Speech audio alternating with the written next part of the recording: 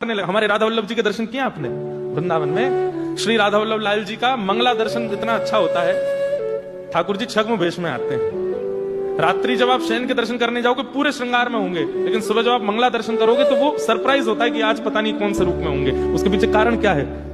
बोले रात में लाला रूप बदल के श्री जी से मिलवे गए और सवेरे सवेरे सहचरी ने आकर के वही रूप में दर्शन किए। तो कभी ठाकुर जी भोले बाबा बने हुए हैं, कभी ठाकुर जी सौल ओढ़े हुए हैं, कभी ठाकुर जी जोगी बन के गए, कभी ठाकुर जी महात्मा बन के गए, कभी ठाकुर जी सखी बन के गए। तो सुबह की मंगला, अब वहां पे भेद है कि नंद महल के लाला हैं, परंतु सुबह सुबह 4 बजे ठाकुर जी नंद महल में नहीं है। जब आप मंगला कर रहे हो तब ठाकुर जी निकुंज में है। तो बड़ी अंतरंग बात है। उस समय ठाकुर जी कहां है? निकुंज में है। तो मंगला के दर्शन राधा वल्लभ जी के वो नंद भवन के नहीं है, वो उस समय निकुंज के लाला है। सहचरियां उनकी सेवा कर रही हैं और रात में ठाकुर जी यशोदा मैया सुला देती हैं तो ठाकुर जी खर्राटे मार के सो जाते हैं। और जैसे यशोदा मैया देखे लाला सो गए हो, जैसे यशोदा मैया सोती हैं, सोई चुपचाप ठाकुर जी निकुंज में चले जाते हैं और वहां पे सब सखियां श्री जी श्यामा जी सबके संग रास विहार करते हैं। और सुबह सुबह भोर होते ही ठाकुर जी दौड़ करके आते हैं। यशोदा मैया उठे वहां से पहले तो आके ठाकुर जी मैया के बगल में सो जाते हैं।